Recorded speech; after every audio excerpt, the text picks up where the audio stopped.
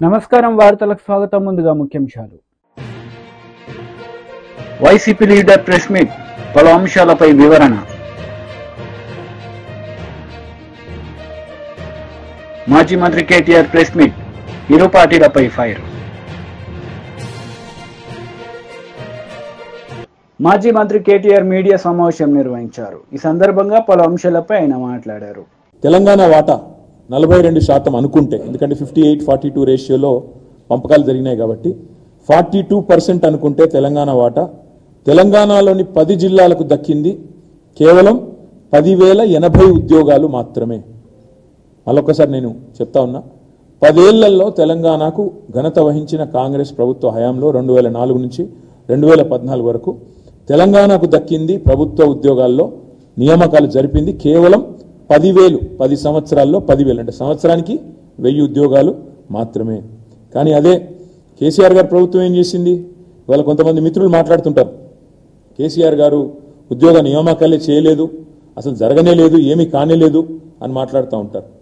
కేసీఆర్ ప్రభుత్వం చేసింది ఏంది అంటే, కేసీఆర్ ప్రభుత్వం చేసింది ఇది. ఏం చేసింది?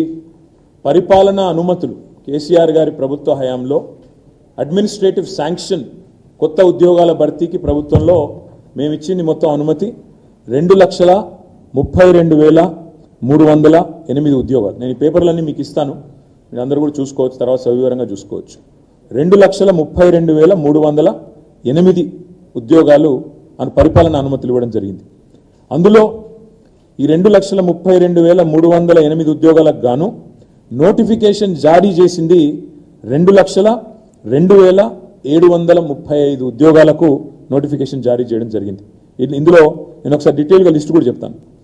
ఇందులో Telangana state public service commission ద్వారా అనుమతి ఇచ్చింది 60,918, నోటిఫికేషన్ జారీ చేసింది 54,015 ఉద్యోగాలు, భర్తీ చేసింది 35,250 ఉద్యోగాలు, ఇంకా ఒక 18,765 ఉద్యోగాలు ప్రక్రియలో కొనసాగుతూ ఉన్నాయి. పోలీస్ రిక్రూట్మెంట్ బోర్డు ద్వారా 50,425 ఉద్యోగాలకు అనుమతి ఇస్తే నోటిఫికేషన్ 48,247 ఉద్యోగాలకు జారీ చేస్తే 47,068 ఉద్యోగాలు భర్తీ చేసినాము. 1,179 ఇంకా భర్తీ దశలో ఉన్నాయి. గురుకుల రిక్రూట్మెంట్ బోర్డు ద్వారా 17,631. కొంతమంది మిత్రులు మాట్లాడతారు, అసలు టీచర్ ఉద్యోగాల భర్తీ జరగలేదు తెలంగాణలో అని. గురుకుల రిక్రూట్మెంట్ బోర్డు ద్వారా 17,631 ఉద్యోగాలకు అనుమతి ఇస్తే 12,904 ఉద్యోగాలు భర్తీ చేసినాం. 3,694 భర్తీ దశలో ఉన్నాయి, భర్తీ చేసిన ఉన్నాయి. 9,210 భర్తీ దశలో ఉన్నాయి. అదేవిధంగా డిఎస్సి ద్వారా 34,100 ఉద్యోగాలకు అనుమతిస్తే అందులో నోటిఫికేషన్లు జారీ చేసింది 28,534, పూర్తి చేసింది భర్తీ చేసింది 22,892, భర్తీ దశలో ఉన్నది 5,642. మెడికల్ రిక్రూట్మెంట్ బోర్డు ద్వారా 14,283 ఉద్యోగాలకు అనుమతిస్తే 9,684 ఉద్యోగాలు నోటిఫికేషన్ జారీ చేసినాం. భర్తీ చేసింది 2,047, 7,637 భర్తీ దశలో ఉన్నాయి. యూనివర్సిటీ కామన్ బోర్డు, యూనివర్సిటీలను బీఆర్ఎస్ ప్రభుత్వం నెగ్లెక్ట్ చేసిందని కొంతమంది మిత్రులు మాట్లాడతారు. అన్ని యూనివర్సిటీస్కి ఒక కామన్ బోర్డు పెట్టి చేయాలి, ఒక సిస్టమ్ తేవాలి, రిఫార్మ్స్ తేవాలనే ఉద్దేశంతో కామన్ బోర్డు అని పెట్టాం. దురదృష్టం ఏంటంటే యూనివర్సిటీ కామన్ బోర్డుకు మోకాలడ్డం పెట్టింది గవర్నర్ గారు. ఆ బిల్లుకు మోకాలడ్డు పెట్టి టీడీపీ లీడర్ మీడియా సమావేశం నిర్వహించారు. ఈ సందర్భంగా పలు అంశాలపై ఆయన మాట్లాడారు. ఈ కార్యక్రమాన్ని అంతా కూడా సిఎస్ జవహర్ రెడ్డి నడిపించారు. దగ్గర 45 రోజుల నుంచి 60 రోజుల వరకు సమయం ఇవ్వాలి నోటిఫికేషన్కి. వివిధ డిపార్ట్మెంట్లో ఉన్న ప్రతి ఒక్క అర్హత ఉన్న అధికారి కూడా దానికి అప్లై చేసుకోవాలి. తర్వాత వాళ్ళ మీద ఏమేం కేసులు ఉన్నాయి, ఏమేమి సర్వీస్ ఉంది, ఏమేమి వాళ్ళు రికార్డ్స్ పెట్టారు, అవన్నీ కూడా తరోగా. ఎందుకంటే ఒక ఐఏఎస్ ఉద్యోగం ఇచ్చేటప్పుడు, కన్ఫర్మేషన్ ఇచ్చేటప్పుడు ప్రభుత్వ శాఖలో ఇవాళ అవన్నీ కూడా చేయాల్సిన పరిస్థితుల్లో ఎన్నికల కోడ్ వచ్చిన తర్వాత కట్టుదిట్టంగా ఏదో ఒక విధంగా ఈ తతంగం అంతా కూడా పూర్తి చేసి తను అనుకున్న వ్యక్తులకి కన్ఫర్డ్ ఐఏఎస్ పదవులు కట్టబెట్టడానికి జవహర్ రెడ్డి పడిన ఆత్రాన్ని ఇవాళ మీడియా ప్రశ్నిస్తూ ఉంటే ముఖ్యమంత్రి కార్యాలయం నుంచి స్పందన లేదు, సిఎస్ జవహర్ రెడ్డి నుంచి స్పందన లేదు. అడ్డగోలుగా కన్ఫర్డ్ ఐఏఎస్ ప్రక్రియని మీడియా ఘోషిస్తూ ఉంటే ఎందుకు మీరు నోరు తెరవలేకపోతున్నారు? నోటిఫికేషన్పై గోప్యత ఎందుకు? గడువు ఎందుకు తక్కువ పెట్టారు? ఆగమేఘాల మీద జాబితా ఎందుకు రెడీ చేశారు? దరఖాస్తులు స్క్రూటినీ కూడా ఎందుకు సవివరంగా చేయలేదు? పాత జాబితాలో ఉన్న పేర్లు మళ్ళీ ఎందుకు పెట్టారు? ఎన్నికల కోడ్ ముందే ఎందుకు హడావుడిగా కన్ఫర్మ్ చేసేసుకోవాలి, అన్ని కన్ఫర్మ్ చేసుకోవాలని ఎందుకు ఇంత ఆరాటం పడ్డారో సిఎస్ జవహర్ రెడ్డి రాష్ట్ర ప్రజలకి చెప్పాలి. అస్మదీయుల కోసం ఇంత అడ్డగోలుగా ఇంత ఆత్రంగా చెయ్యాలా అని చెప్పి నేను జవహర్ రెడ్డిని ప్రశ్నిస్తూ ఉన్నాను. ముఖ్యమంత్రి మరి ఈ ఆపద్ధర్మ ముఖ్యమంత్రి కనుసన్నల్లో జగన్నాటకంలో లండన్లో ఉన్న ఆయన ఆదేశాల మేరకు స్వామి భక్తి ప్రకటిస్తూ ఉన్న సిఎస్ జవహర్ రెడ్డి దీని మీద ప్రజలకు సమాధానం చెప్పాలి, సంజాయిషి చెప్పాలి. సిఈసి దీన్ని చర్యలు తీసుకోవాలని చెప్పి కూడా మేము కోరుతున్నాం. ఈరోజు జాతీయ అధ్యక్షులు నారా చంద్రబాబు నాయుడు గారు కూడా ఇవాళ ఎవరైతే అధికార యంత్రాంగం secretary department of personal and training government of ఇండియాలో వారికి ఉత్తరం రాశారు. అట్లాగే చీఫ్ ఎలక్షన్ కమిషన్కి న్యూఢిల్లీకి ఉత్తరం రాశారు. అట్లాగే Avinash Kumar principal secretary AP incharge ఏదైతే ఎలక్షన్ కమిషన్ విధులు చూస్తూ ఉన్నారో ఆయనకు కూడా ఈ ఉత్తరం రాయడం జరిగింది. ఏదైతే హడావుడిగా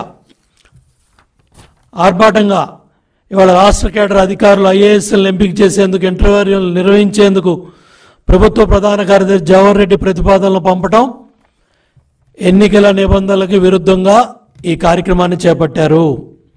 జూన్ 4వ తారీఖున ఎన్నికల ఫలితాలు ఉన్నందువల్ల ఈ పదోన్నతుల ప్రక్రియ చేపట్టడం అనేది సరైన నిర్ణయం కాదని చెప్పి కూడా తెలియజేయడం జరిగింది.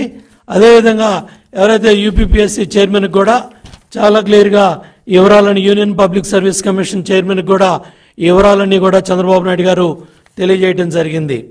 ఏదైతే మొండితనంతో ఇంటర్వ్యూలు నిర్వహిస్తే పూర్తిగా ఇది ఎన్నికల కోడ్ ఉల్లంఘించినట్టే.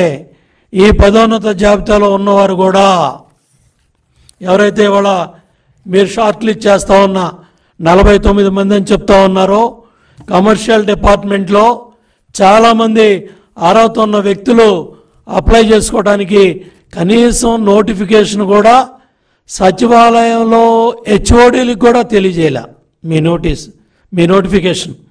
అంటే ఏ స్థాయిలో అధికార దుర్వినియోగం జరుగుతూ ఉంది, ఏ స్థాయిలో మీరు అస్మదీయుల కోసం పనిచేస్తూ ఉన్నారు, ఏ స్థాయిలో మీ జిల్లా అధికారుల్ని, మీ అస్మదీయుల్ని, మీ బంధుగణాన్ని, మీకు సంబంధించిన వ్యక్తుల్ని తెచ్చుకోవడానికి మీరు ధనంజయ రెడ్డి, జవహర్ రెడ్డి ఎంత ఆరాట పడతా ఉన్నారో ఈ వాస్తవాలన్నీ కూడా ఇవాళ మీడియా ద్వారా బయటకు వచ్చాయి. మీరు ఎవరైతే ఇవాళ షార్ట్లు ఇచ్చే 49 మంది వచ్చారని చెప్తున్నారో ఆ 49 మందిలో మీకు కావాల్సిన వాళ్ళని, మీ అస్మదీయుల్ని, మీ జిల్లా వ్యక్తులకు మెజార్టీ నెంబర్ ఇచ్చి దగ్గర 10 మందిని ఎంపిక చేశారు. అతి తక్కువ సమయంలో ఎటువంటి నిబంధనలు కూడా పాటించకుండా, ఎటువంటి ఎన్నికల నిబంధనలు ఏ లెక్క పెట్టే పనే లేకుండా అడ్డగోలుగా ఈ 10 మందిలో 5 మంది మీ సొంత జిల్లా, మీ సామాజిక వర్గానికి సంబంధించిన వాళ్ళని, మీ జిల్లాకు సంబంధించిన వాళ్ళని 10 మందిలో 5 ఉన్నారు. 49 మందిలో 10 మందిని ఏరారు.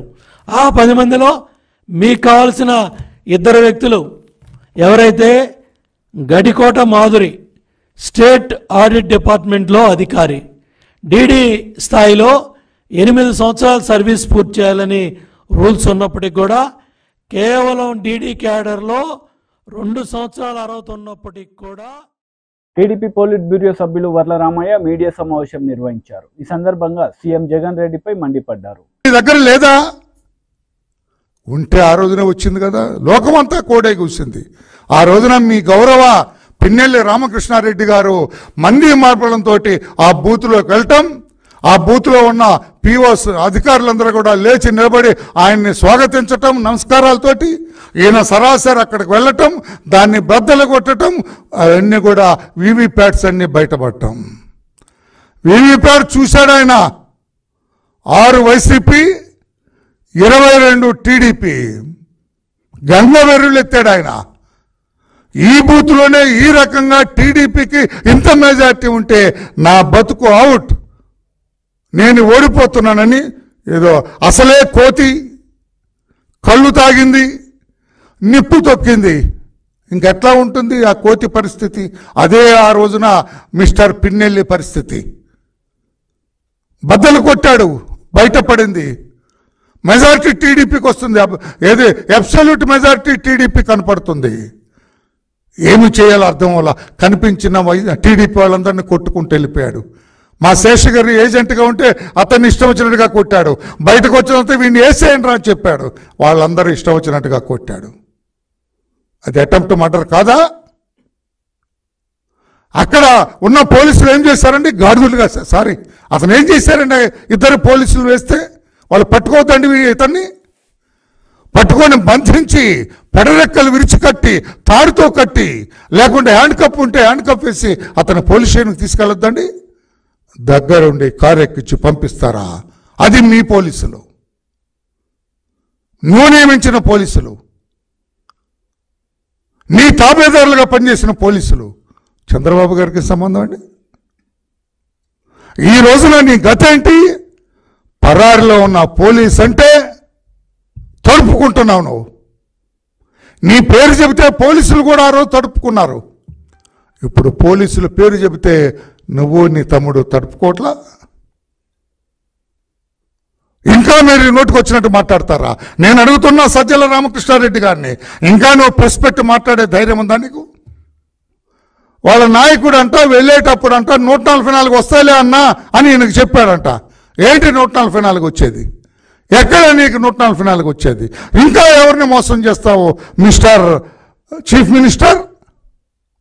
ఇంకా ఎవరిని మోసం చేస్తావు అంటే జారిపోతున్నారు అందరు కూడా. కొన్ని చోట్ల తమ్ముడు నవ్వుతున్నావు, కొన్ని చోట్ల ఏజెంట్గా ఉండటానికి రావటం లేదు కౌంటింగ్కి, తెలుసా మీకు? అది నేను చెబుతాను. ఆ విలేజ్ కూడా, ఆ విలేజ్లో నేను ఆ సెంటర్లో నేను కౌంటింగ్ ఏజెంట్గా వెళ్ళను. ఎందుకు ఈ పరిస్థితి మీకు ఎందుకు వచ్చింది? అన్ని రోజులు ఒకలాగా ఉంటాయనుకున్నావు, లేదు. ప్రజలు తిరగబడిన రోజున ఒక నిశ్శబ్ద విప్లవం మీకు తెలియకుండా భగ్గుమని మండింది. ఆ రోజున అన్ని పోలింగ్ బూతుల్లో కూడా ఆ నిశ్శబ్ద విప్లవ గొప్పతనాన్ని చూపించారు. నేను ఆ బటన్ నొక్క, నేను ఈ బటన్ నొక్క అన్నది ఏమీ లేదండి. ప్రజలకి అభివృద్ధి కావాలా, సంక్షేమం కావాలా, డెవలప్మెంట్ కావాలా, రాష్ట్రం ప్రజాస్వామికంగా నడవాలా, రాజ్యాంగబద్ధంగా నడవాలా, స్వేచ్ఛగా బజార్లకు వెళ్లే అవకాశం వారికి కావాలా, అర్ధరాత్రి అయినా క్షేమంగా తిరిగి వచ్చే పరిస్థితులు కావాలా? అవి ఉన్నాయా? నేను ఒక మాచల్లో అడుగుతున్న పిన్నెలిని, ఉన్నాయా? క్షేమంగా తిరిగి రాగలడా? మీ తురకా కిషోర్ దెబ్బకి, నీ 2 దెబ్బకి ఎవరైనా వస్తారా? కానీ ఇప్పుడు బయటకు వస్తున్నారు జనం అంతా. సాయంత్రం అయితే మాచర్ల సెంటర్లు కూడా జనంతో నిండిపోయింది. ఎందుకు? స్వేచ్ఛా వాయువులు పీల్చుకున్నారు. ఎప్పుడైతే ఈ అన్నదమ్ములు ఇద్దరు పరారులో ఉన్నారో, ఎప్పుడైతే పోలీసులు వీళ్ళు వెంటబడ్డారో, వీళ్ళు అసలు భద్రయ్యలు కాదు, ఒట్టి ఉత్తి భద్రయ్యలు అని తెలిసిన తర్వాత జనమంతా కూడా మాచర్లలో వీధుల్లో సరదాగా తిరుగుతున్నారు. చెన్నకేశ్వరుడు గుడి దగ్గర స్వేచ్ఛగా వెళ్తున్నారు, దేవుణ్ణి స్వేచ్ఛగా సందర్శించుకుంటున్నారు. అక్కడ మీరెప్పుడైతే కాంగ్రెస్ నేతలు మీడియా సమావేశం నిర్వహించారు. ఈ సందర్భంగా పలు అంశాలపై వారు మాట్లాడారు. వ్యక్తి తీర్మానం వల్ల వ్యక్తిగతంగా మాట్లాడిన విషయాలు ఇప్పుడు కాంగ్రెస్ పార్టీలో చేరిన తర్వాత, నేను కాంగ్రెస్ పార్టీ కాకముందు మాట్లాడినవి వేరు, నేను కాంగ్రెస్ పార్టీగా ఉన్నప్పుడు మాట్లాడేది వేరు.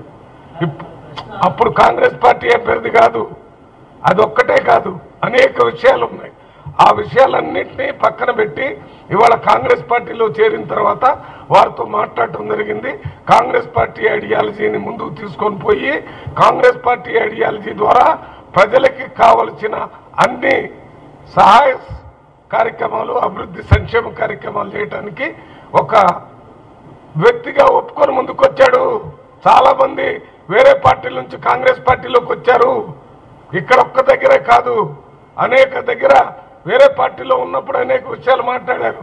కాంగ్రెస్ పార్టీలోకి వచ్చిన తర్వాత కాంగ్రెస్ పార్టీ సిద్ధాంతం ద్వారా పనిచేస్తున్నారు. ఇవాళ ముఖ్యమంత్రిగా రేవంత్ రెడ్డి గారు మన కామ్రేడ్స్ అందరినీ పిలిచారు, టీజేఎస్ నాయకుడిని పిలిచారు. ఇంతకుముందు ఎప్పుడు ప్రతిపక్ష పార్టీలో ఉన్న నాయకులకి అపాయింట్మెంటే లేదు. హాఫ్ అన్ అవర్ 45 minutes అనేక విషయాలు మాట్లాడారు. వ్యక్తిగత సమస్యలు కూడా మళ్ళీ 1-to-1 కూడా మాట్లాడారు. ముఖ్యమంత్రి అంటే అందరి ప్రజల సమస్యలను తెలుసుకోవాలనే ఆలోచనతో చేశారు. అది కాంగ్రెస్ కల్చర్, అదే నడవబోతుంది. రేపు అది ఎస్సీలు కానీ, ఎస్టీలు కానీ, మైనార్టీలు కానీ కొన్ని రాజ్యాంగపరమైన హక్కులు వాళ్ళకి ఎందుకు ఇచ్చారంటే వాళ్ళంతా సామాజికంగా, ఆర్థికంగా, రాజకీయంగా వెనకబడి ఉన్నారు. వాళ్ళు కూడా ముందుకు తీసుకొని పోవాలని రాజ్యాంగ హక్కులు ఇచ్చారు. వాటి మీద భిన్నాభిప్రాయాలు వ్యక్తపరిచి ఉండొచ్చు. ఇప్పుడు అవి లేవు.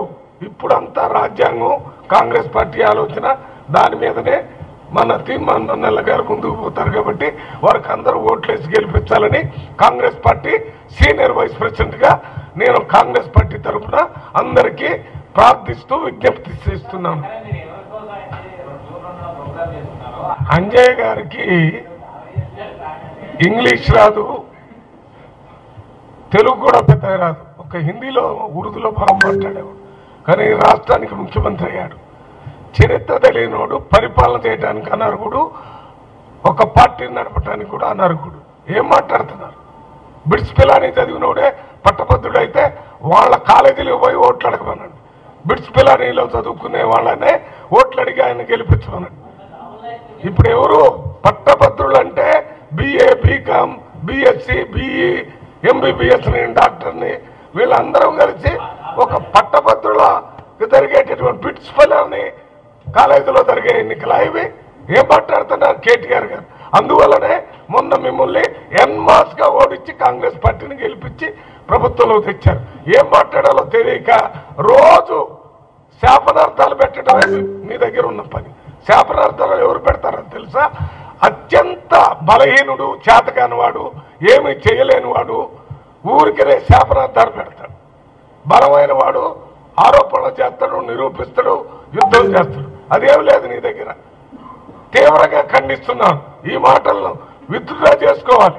నువ్వు పట్టభద్రులకు జరిగేటటువంటి ఎన్నికల్ని అవమానపరుస్తున్నావు. అసలు నీ మీద కేసు పెట్టాలా?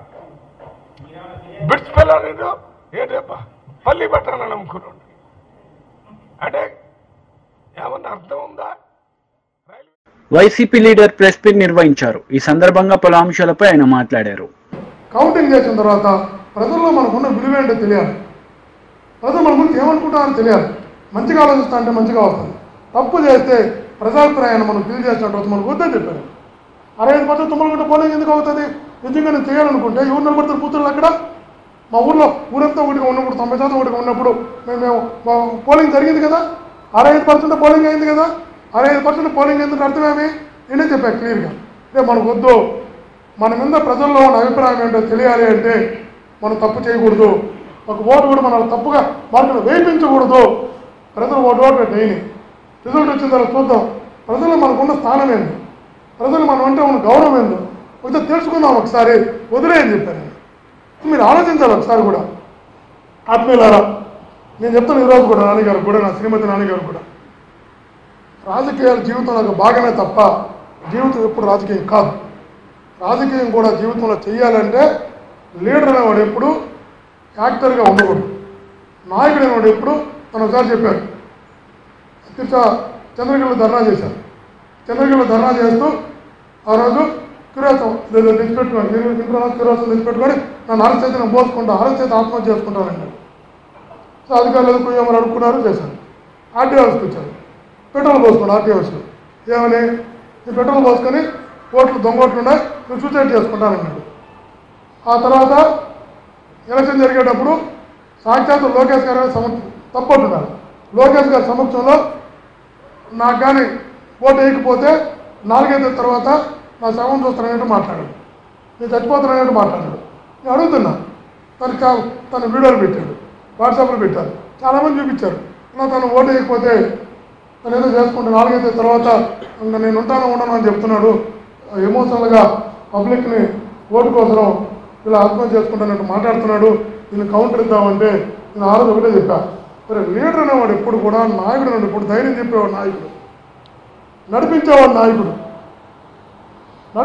నాయకుడు కావాలా. ఒకటి ఇబ్బంది తిన్నాను భుజం తట్టేవాడు నాయకుడు కావాలా. ఒక చిన్న దర్రాజు సూసైడ్ చేసుకుంటానేవాడు, దొంగోట్లని సూసైడ్ చేసుకుంటానేవాడు. నా ఓటు అయిపోతే నేను ఆత్మహత్య చేసుకుంటాను, 4 తర్వాత నా శవాన్ని చూస్తాననేవాడు నాయకుడు ఇప్పుడు కాలేదా. పదవులు రావచ్చు రాకపోవచ్చు, కానీ నాయకుడు ఇప్పుడు కాలేడు, నువ్వు వదిలేడు అని చెప్పిన. నాకు అన్న విధంగా చెప్పిన, కౌంటర్ ఇద్దామంటే అవసరం వదిలేస్తాను. నాయకత్వ లక్షణాలు రావాలంటే ముందు తనకు ధైర్యం రావాలి. ఎంత ధైర్యం రావాలంటే బాధపడేవాడిని ఓదార్చగలగాల, భయపడేవాడిని ధైర్యం చెప్పగలగాల, నడిపించగలిగేవాడిని నాయకుడు అవుతారు తప్ప నేనేదో చేసుకుంటాను నాకు జరగకపోతే అనేవాడిని నాయకుడు ఎలా అవుతా నాకు అర్థం కావట్లేదు. ఇది తప్పట్టాను కాదు. ఇప్పుడు ఆ మాట అనేది నోట్లో ఎప్పుడు ఏ నాయకుడు కూడా రాకూడదు.